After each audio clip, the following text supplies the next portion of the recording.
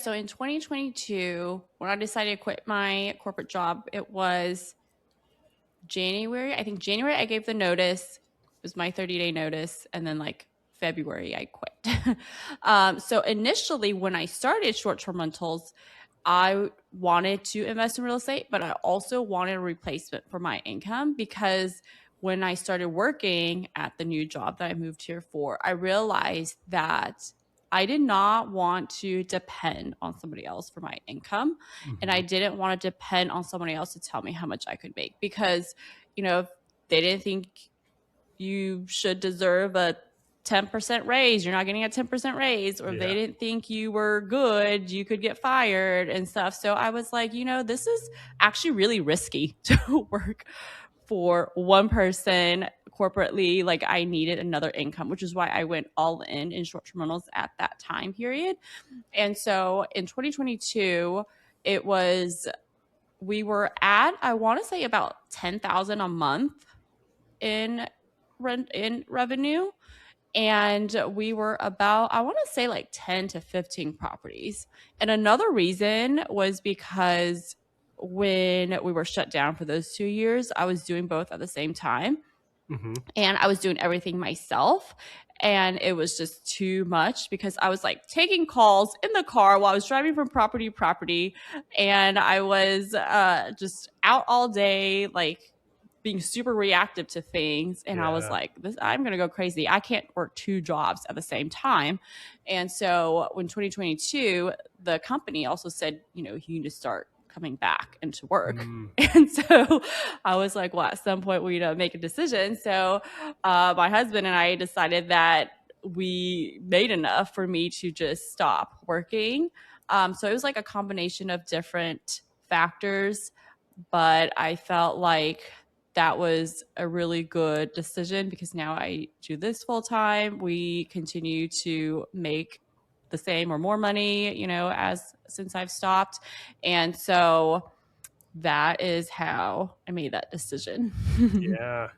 I love that. I love what you said there too, because, I, you know, it, it just gives you the ability to make decisions like that. Like, I talk to a lot of people who say, well, I like my job. I don't, it's not like you know, I don't need to make extra money, but I don't need, I don't need to replace my income. I just want to Hmm. make a little bit extra money. And Yeah. what they don't realize is all of a sudden there could be a decision like somebody buys the company and now there's a terrible work culture, or you wanted to continue to work from home and they said no, you're coming in the office. And so it just gives you that ability to live intentionally and make your own decisions and say, hey, that's fine, find someone else then, because I've Yeah. replaced my income at this point. So Right. that's amazing. And it's so funny. We have very similar timelines. I started in 2017. My wife and I started with our own property in the basement, at the short-term rental, and Hmm. then in 2021, we got to 8 units where we were basically cash flowing $1,000 per unit. So we'd created eight That's thousand really dollars good. of cash flow. Yeah, Yeah. and we decided to walk away. I mean, that was kind of the goal of getting to 8 of them, and then we've built a significant amount of cash flow since then because we've had so much more time and capacity to do so. But Hmm. very similar kind of trajectory there, which is kind of ironic. But so I love the Cincinnati market. Very, very similar to where we invest in northern Indiana. Kind of not a primary vacation market, but yet there's still a lot of population there. It's still affordable, still nice nightly rates and occupancy. What is it that, I guess, how did you choose that market? Was it just because you guys moved there, or what was it that you were looking at when you chose that market? Yeah, I picked Cincinnati just because we lived here. I Yeah. had not thought about short-term rentals or vacation rentals. I stayed in an Airbnb when it first came out in like 2014 when I traveled abroad. I think I stayed in an Airbnb a couple times, but I didn't think about it as an investment. I just thought, wow, this is something I could do here and I could physically work on.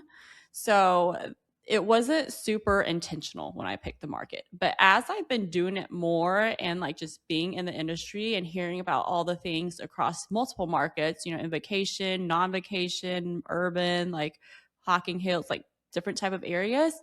I actually think that being in a metro urban market like Cincinnati, Columbus, Indianapolis, like these type of markets, has a lot of pros that people don't see when they invest in like vacation markets. Because I think 2020 with COVID, like a bunch of unknown vacation markets became really popular, like Broken Bow, Oklahoma, like all these little places you've never heard of before. But those areas are becoming like more and more, I don't want to say saturated, but it's like a lot of listings there. Yeah. And the prices have gone up from people who are like went in to purchase from COVID. And so I don't think it's terrible to invest in a vacation market because, if you do it right and you invest the money into the right amenities, you can still be getting really good revenue. And there's operators that are making like a bunch of money on it. But you have a lot more competition. And then the other thing that I didn't like as much was that you are really dependent on tourists because it's like a touristy destination. So nobody is going to Gatlinburg for medical treatments and nobody Yeah. is going there for corporate travel. And so when you have a market like Cincinnati where there are multiple reasons that people are coming into the area, and I didn't know this when I started. I was like, oh, I thought we had to be downtown because that's Yeah. where everything was. But as I've been doing it, I'm seeing we have like people traveling here for medical reasons. And that's not just like traveling nurses that was like popular. I feel like now traveling nurses is a lot less common here.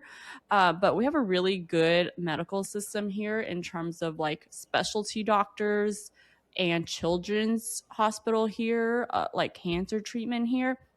We have people coming from like Dubai and coming from like Boston, like coming from multiple areas getting medical treatments here.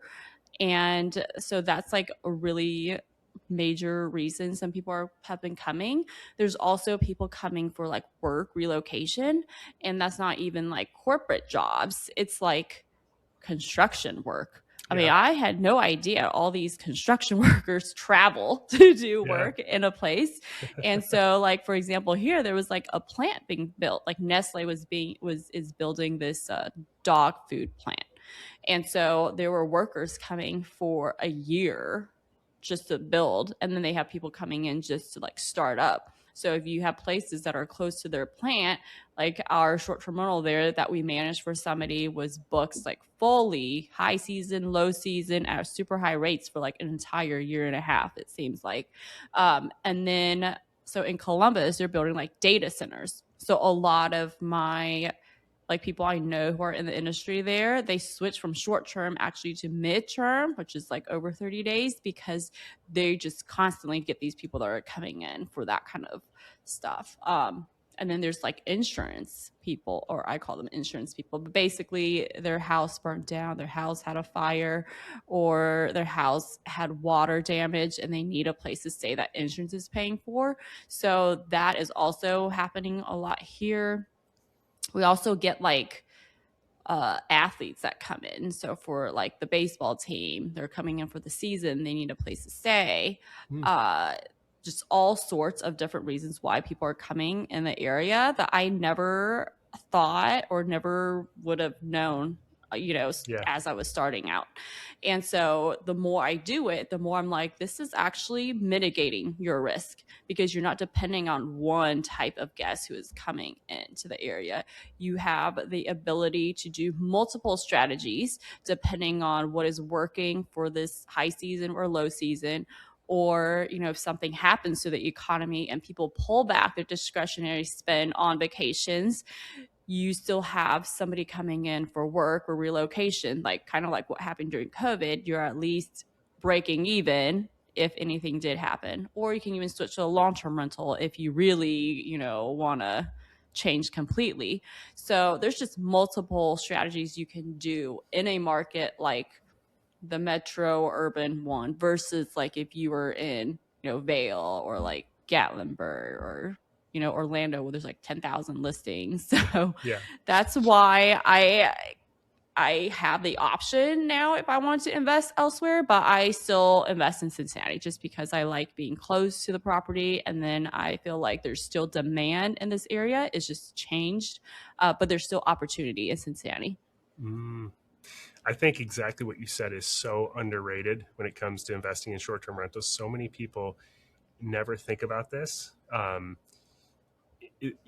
you invest in those vacation rental areas, that, like you said, is the only reason that somebody's going to travel is for a high-end vacation, typically. Mm-hmm. And how many people of that sector, how many people are there? Like once you get so many properties and so much competition, you're all fighting for those individuals, and they all tend to book far in advance. You don't get as many last minute fill in bookings. People don't book because they're in town for a funeral. Like it's just for high end vacations, as opposed to what you're saying, where you book for every reason, and you can get a Mm-hmm. last minute booking for today because somebody is coming in town to work for the next week, and we get Sunday Mm-hmm. night bookings for the entire week all the time for the same reason. They're in town for data center work or construction or whatever. And so yeah, I think from a risk perspective, I totally agree. It just it really reduces your risk profile, and I think increases your cash flow and occupancy overall. So today you mentioned that things have kind of shifted a little bit. When you buy a property today, what are the key factors that you're looking at? Is it like a mix of location or property type or certain metrics that you're looking for, or amenities that need to be there? Like what makes a perfect deal for you? Yeah, so I think now that I've been in this market for like 6 to 7 years and I've talked to enough guests, I usually base on picking properties based on what the guests have been telling me.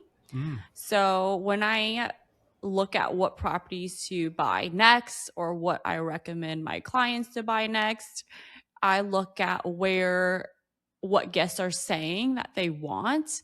And if I don't have it in our portfolio, I would recommend them to buy that kind. And if I do, then we either like go more on that kind or we, you know, base it off that because I want to go where the demand is.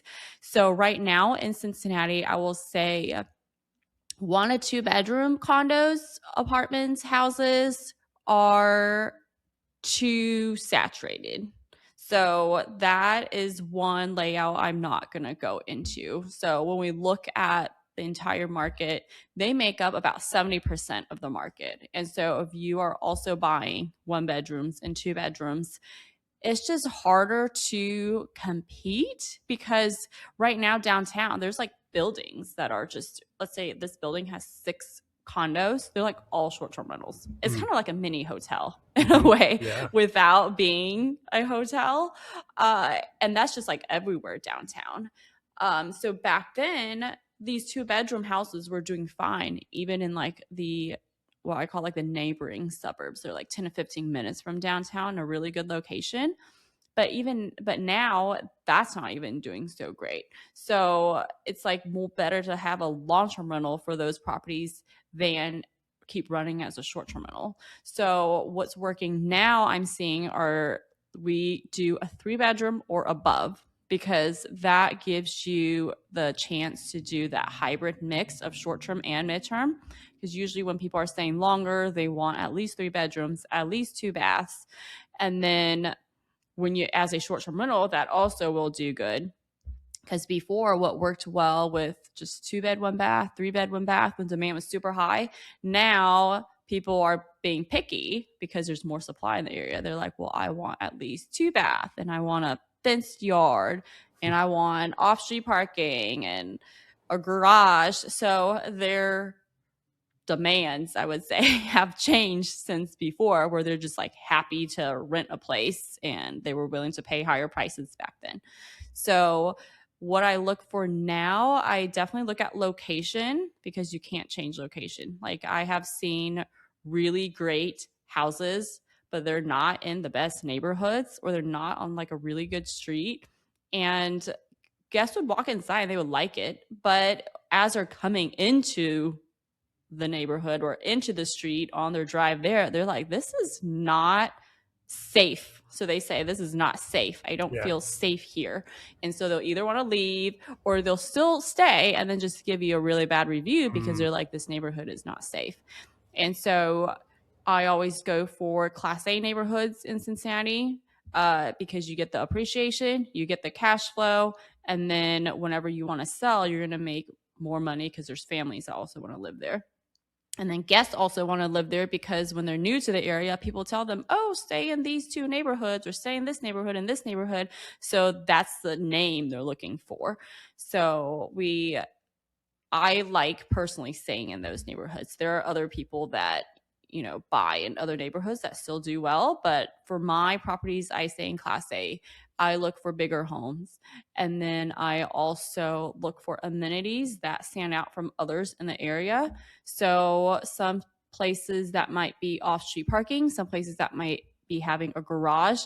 And these sound really boring compared to like a lot of the vacation markets where they're like, we're putting in a pickleball court or I'm mhm. putting in like a sauna and stuff like that, which I think you can try to do here. But I feel like that's another difference is like the amenities that guests look for here are like very different than when they go on vacation where you have to have a bunch of other crazy amenities just to stand out. But here it's like if you have a garage, people are like, you have a Yeah. fence, you're in a garage, I'm booking that one. Yeah. So it's very different. But yeah, those are the different amenities that we look for. And then the layout, the bathroom to bedroom ratio, I think is important. So I'm not getting like a 4 bedroom and 1 bath. Like it doesn't make as much. So yeah, in a roundabout way, that's kind of like what I look for now. Yeah. Yeah. So great neighborhood, sleeps a lot of people, and then has some of the upgrades in terms of like it doesn't have to be like crazy high end amenities, but just garage or off street parking and stuff like that that might be a search criteria that people are looking for above others. Right. Yeah. And then the inside, we can control that. Like I can control what kind of furniture, what kind of design I'm doing, if I want to renovate, and what kind of finishes are the inside. But when you're buying a house, you have to buy what you can't control, which is like the location or the amenities, like a driveway or a garage and that kind of stuff. So that's important when I look for a place. And then the inside, you can always change and upgrade. So for ours, we still go for the higher end finishes, the nicer furniture, because I don't want things that just break all the time. But so all that is important. But when I look for a place, I'm looking for things that I'm not able to change that make a difference. Yeah.